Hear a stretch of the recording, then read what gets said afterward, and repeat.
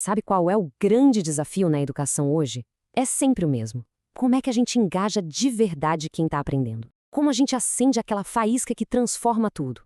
Olha, a resposta pode estar bem mais perto do que a gente pensa.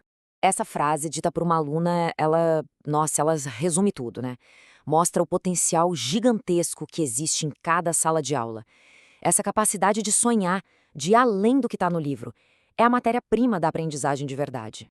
E a pergunta de US$ 1 milhão é: como? Como a gente desperta essa magia? Bom, segundo os especialistas do evento Educa Brasil, a resposta passa por 3 chaves essenciais. 3 pilares que, quando a gente junta, podem virar o jogo na forma como se ensina e se aprende. Então, vamos lá para a primeira chave, que é a base de tudo. A gente precisa entender de verdade quem está ali na nossa frente. E quando a gente fala de adolescentes, isso quer dizer olhar direto para o cérebro deles, que está a todo vapor, em plena construção. Muitas vezes, o que a gente vê como rebeldia, instabilidade, na verdade, é pura neurobiologia em ação. O córtex pré-frontal, que é tipo o CEO do cérebro, o responsável pelo bom senso e pelas decisões, só fica totalmente maduro lá pelos 25 anos. Isso explica muita coisa, né? A busca por novidade, a intensidade das emoções e também nos dá uma pista. Estratégias que envolvem o grupo e a tomada de decisão conjunta funcionam muito bem nessa fase. E tem outra virada de chave fundamental acontecendo aqui. Se na infância a referência principal é a família, na adolescência o foco muda completamente. Ele migra para o grupo, para os amigos. A necessidade de pertencer, de ser aceito pela galera, vira uma força gigantesca que muda tudo. É por isso que o ambiente em que eles vivem é tão, mas tão importante. Pensa só, com a influência enorme das mídias digitais, dos influenciadores, que muitas vezes chega sem filtro nenhum, o papel da escola e da família como um porto seguro, uma âncora de confiança, se torna absolutamente vital. É essa base que vai ajudar a navegar nesse mundão complexo. E se a gente entende quem é o aprendiz, o próximo passo faz todo sentido, que é a segunda chave.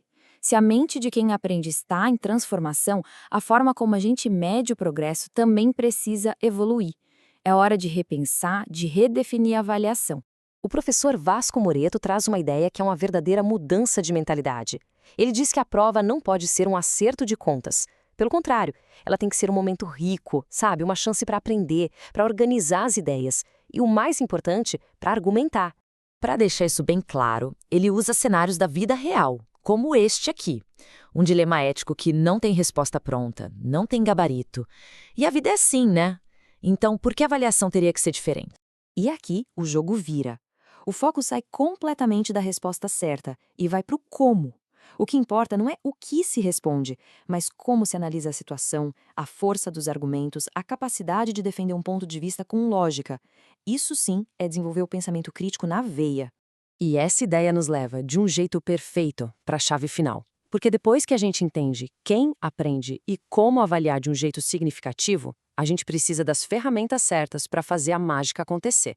E é aí que a tecnologia se torna uma aliada e tanto.